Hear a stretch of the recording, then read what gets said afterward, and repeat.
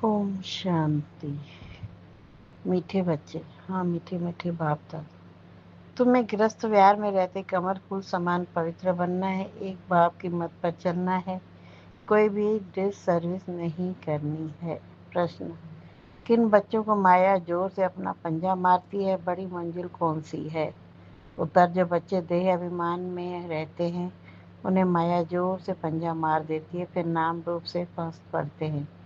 देह अभिमान आया और थप्पड़ लगा, इससे पद भ्रष्ट हो जाता है। देह अभिमान हो तोड़ना यही बड़ी मंजिल है। बाबा कहते, बच्चे देही अभिमानी बनो, जैसे बाप ओबीडियंट सर्वेंट है, कितना निरहंकारी है, ऐसे निरहंकारी बनो, कोई भी अहंकार न हो। गीत, न वह हमसे जुदा होंगे न उल्फत दिल से निकलेगी। ओम शांति। बच्चों ने गीत सुना। बच्चे कहते हैं, हम बाबा के थे और बाबा हमारा था। जब मूल वतन में थे तुम बच्चों को ज्ञान तो अच्छी रीति मिला है, तुम जानते हो हमने यह चक्र लगाया है, अब फिर हम उनके बने हैं। वह आया है राजयोग सिखाकर स्वर्ग का मालिक बनाने। कल्प पहले मुआफिक, फिर आया है। अब बाप कहते हैं, हे बच्चे, जो बच्चे होकर यहाँ मधुबन में नहीं बैठ जाना, तुम अपने गृहस्थ व्यवहार में रहते कमल फूल समान पवित्र रहो। कमल का फूल पानी में रहता है, परंतु पानी से ऊपर रहता है, उन पर पानी लगता नहीं है। बाप कहते, तुमको रहना घर में ही है, सिर्फ पवित्र बनना है। यह तुम्हारा बहुत जन्मों के अंत का जन्म है। जो भी मनुष्य मात्र हैं उन सबको पावन बनाने में मैं आया हूँ। पतित पावन स्वर्ग का सद्गदाता एक ही है, उनके सिवाय पावन कोई बना नहीं सकता। तुम जानते हो आधा कल्प से हम सीढ़ी उतरते आए हैं। 84 जन्म तुमको जरूर पूरे करने हैं, और 84 का चक्र पूरा कर जब फिर जड़ीभूत अवस्था को पाते हैं तब मुझे आना पड़ता है। बीच में और कोई पति से पावन बना नहीं सकता। कोई भी न बाप को न रचना को जानते हैं।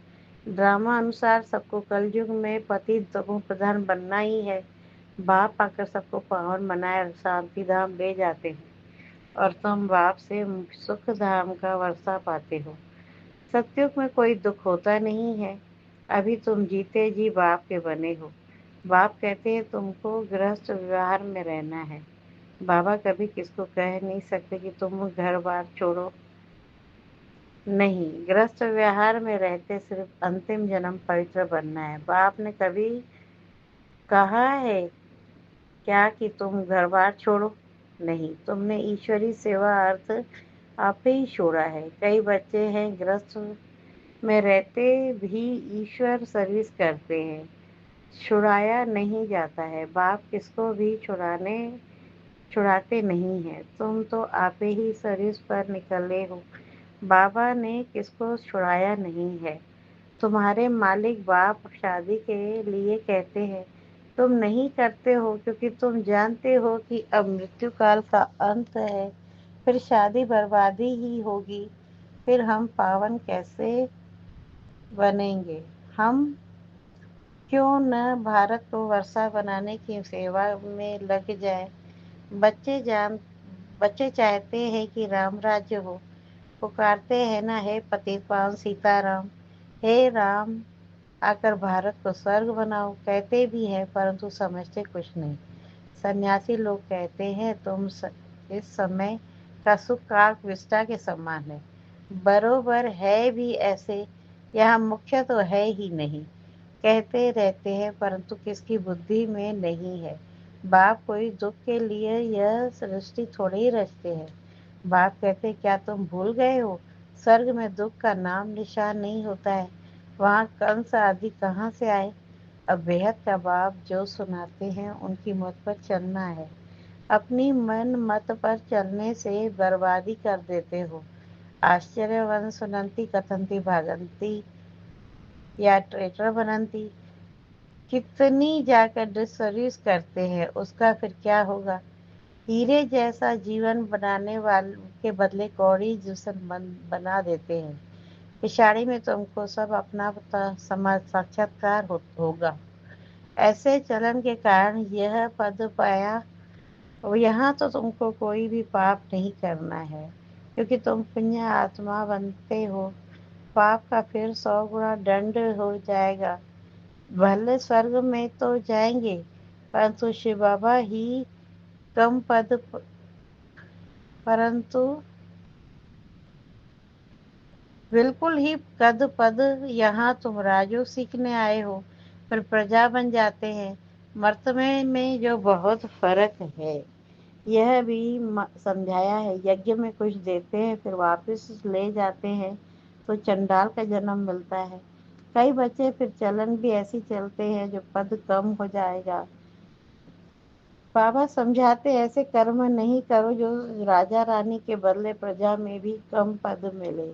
यह यज्ञ में स्वाहा होकर भागंती होते, तो क्या जाकर बनेंगे। यह भी बाप समझाते हैं। बच्चे कोई भी विकर्म नहीं करो, नहीं तो 100 गुना सजाएं मिलेंगी। फिर क्यों नुकसान करना चाहिए।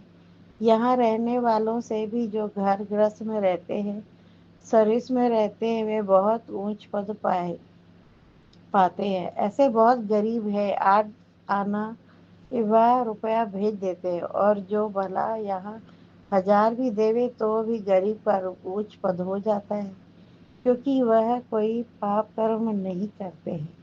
बाप कहते, बनने से 100 गुना बन पाप करने से 100 गुना बन जाएगा।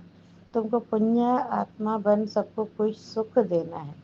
दुख दिया तो फिर ट्रिब्यूनल बैठेगी, साक्षात्कार होता है कि तुमने यह किया। अब बताओ, खाओ सजा। पद भी भ्रष्ट हो जाएगा। सुनते भी रहते हैं, फिर भी कई बच्चे उल्टी चलन चलते रहते हैं। घर बाप कहते हैं हमेशा शीरखंड होकर रहो।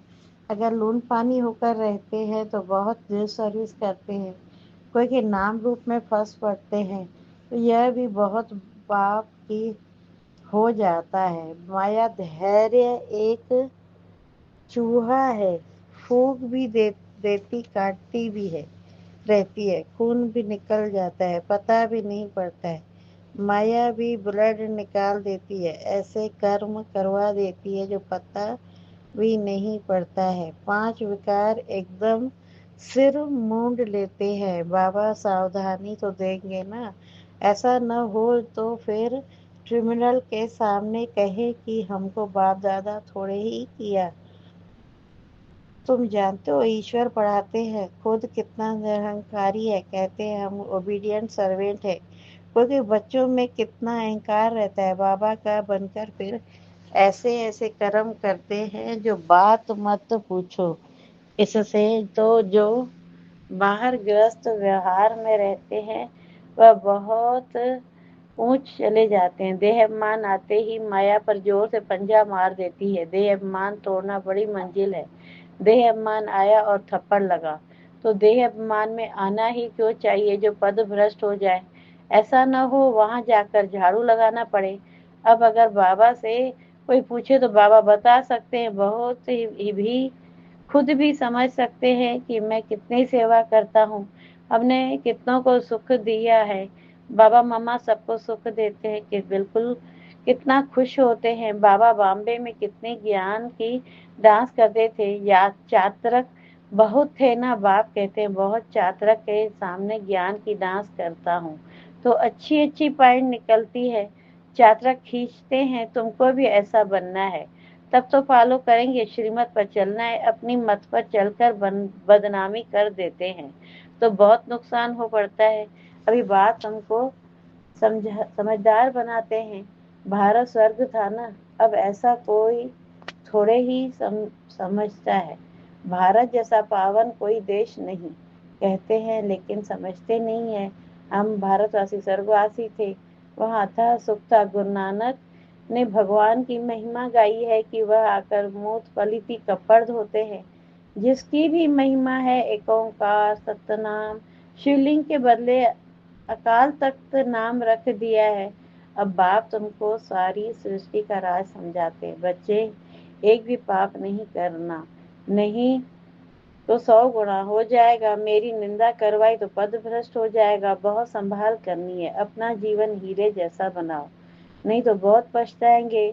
जो कुछ उल्टा किया है वह अंदर में खाता रहेगा। क्या कल्प कल्प हम ऐसे करेंगे जिससे नीच पद पाएंगे। बाप कहते माता पिता को फॉलो करना चाहते हो तो सच्चाई से सर्विस करो। माया तो कहाँ न कहाँ से घुस कर आप आएगी। सेंटर की हेड्स को भी बिल्कुल निरहंकारी होकर रहना है। बाप देखो कितना निरहंकारी है। कई बच्चे दूसरों से सर्विस लेते हैं, बाप कितना निरहंकारी है, कभी किसी पर गुस्सा नहीं करते।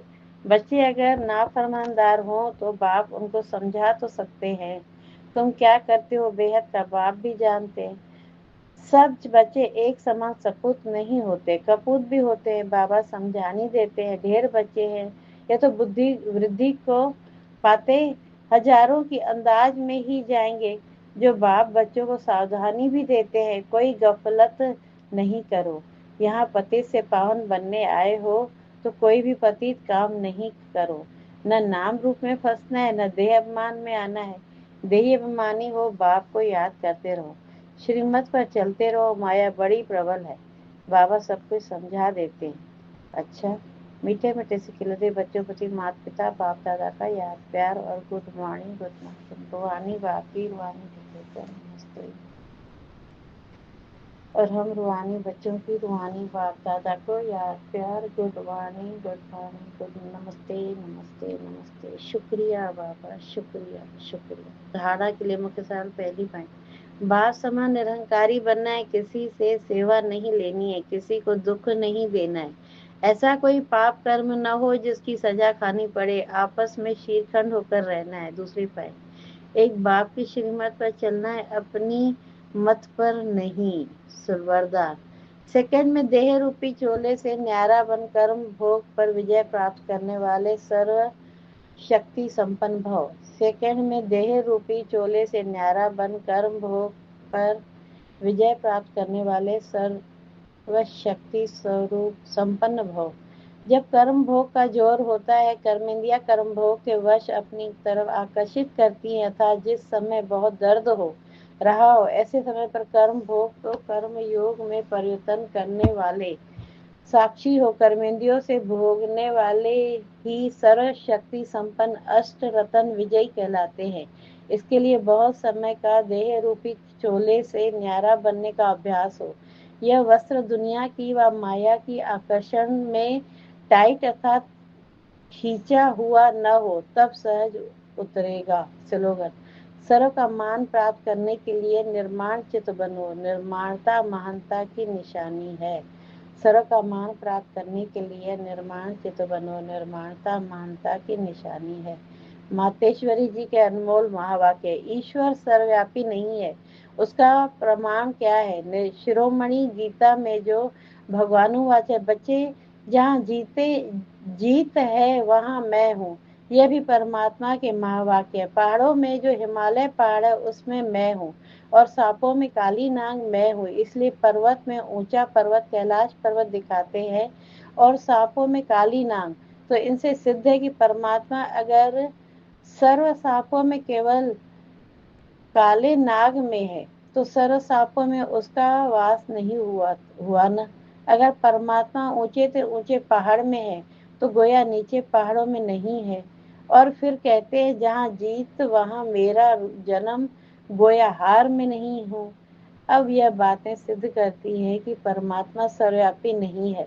एक तरफ ऐसे भी कहते हैं और दूसरे तरफ ऐसे भी कहते हैं कि परमात्मा अनेक रूप में आते हैं। जैसे परमात्मा को 24 अवतार में दिखाया है। कहते हैं कच्छ मच्छ आदि सब रूप परमात्मा के रूप है। अब यह मनों का मिथ्या ज्ञान ऐसे ही परमात्मा को सर्वत्र समझ बैठते हैं, जबकि इस समय कलयुग में सर्वत्र माया ही व्यापक है।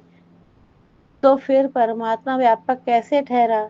गीता में भी कहते हैं कि मैं फिर माया में व्यापक नहीं हूँ। इससे सिद्ध है कि परमात्मा सर्वत्र नहीं है। निराकारी दुनिया आत्मा और परमात्मा के रहने का स्थान। अब यह तो हम जानते हैं कि जब हम निराकारी दुनिया कहते हैं तो निराकार का अर्थ यह नहीं है कि उनका कोई आकार नहीं है। जैसे हम निराकारी दुनिया कहते हैं तो इसका मतलब है जरूर कोई दुनिया है, परंतु उसका स्थूल सृष्टि मुआफिक आकार नहीं है। ऐसे परमात्मा निराकार है लेकिन उनका अपना सूक्ष्म रूप अवश्य है। तो हम आत्मा और परमात्मा का धाम निराकारी दुनिया है। तो जब हम दुनिया अक्षर कहते हैं तो इससे सिद्ध है कि दुनिया है और वहाँ रहते हैं, तभी तो दुनिया नाम पड़ा। अब दुनियावी लोग तो समझते परमात्मा का रूप भी अखंड ज्योति तत्व है। वो हुआ परमात्मा के रहने का ठिकाना, जिसको रिटायर्ड होम कहते हैं। तो हम परमात्मा के घर को परमात्मा नहीं कह सकते। अब दूसरी है आकारी दुनिया, जहाँ ब्रह्मा विष्णु शंकर देवताएं आकारी रूप में रहते हैं। और यज्ञ है साकारी दुनिया, जिनको दो भाग है। एक है निराकारी स्वर्ग की दुनिया, जहाँ आधा कल्प सर्वदा सुख है, पवित्रता और शांति है। दूसरी है विकारी कलयुग दुख और शांति की दुनिया। अब वो दो दुनियाएं क्यों कहते हैं? क्योंकि यह तो मनुष्य कहते हैं। स्वर्ग और नर्क दोनों परमात्मा की रची हुई दुनिया है। इस पर परमात्मा के महावाक्य है, बच्चे कहे मैंने कोई दुख की दुनिया नहीं रची, जो मैंने दुनिया रची है वो सुख की रची है। अब यह तो दुख और अशांति की दुनिया है। तो मनुष्य आत्मा अपने आप को मुझ परमात्मा को भूलने के कारण यह हिसाब किताब भोग रहे हैं। बाकी ऐसे नहीं, जिस समय सुख और पुण्य की दुनिया है वहाँ कोई सृष्टि नहीं चलती। हाँ अवश्य, जब हम कहते हैं वहाँ देवताएं का विनाश स्थान निवास स्थान था, तो वहाँ सब प्रवृत्ति चलती थी, परंतु इतना जरूर था कि वहाँ विकारी पैदाइश नहीं थी, जिस कारण इतना कर्म बंधन नहीं था। उस दुनिया को कर्म बंधन रहित स्वर्ग की दुनिया कहते हैं। तो एक है निराकारी दुनिया, दूसरी है आकारी दुनिया, तीसरी है साकारी दुनिया। अच्छा, ओम शांति। ये अव्यक्त इशारे निश्चय के फाउंडेशन को मजबूत कर सदा निर्भय और निश्चिंत रहो। साकार में अगर कोई निमित्त और श्रेष्ठ आत्मा साथ में होती है तो उनसे कोई भी बात वेरीफाई कराए फिर करेंगे तो निश्चय बुद्धि होकर करेंगे। निर्भयता और निश्चय दोनों गुणों को सामने रख करेंगे। तो जहाँ सदा निश्चय और निर्भयता है वहाँ सदैव श्रेष्ठ संकल्प भी विजय है। जो भी संकल्प करते हो अलग सदा निराकार और साकार भाव साथ व सम्मुख है, तो वेरीफाई कराने के बाद निश्चय और निर्भयता से करो, इससे समय भी वेस्ट नहीं जाएगा। अच्छा, ओम शांति। शुक्रिया बाबा, शुक्रिया।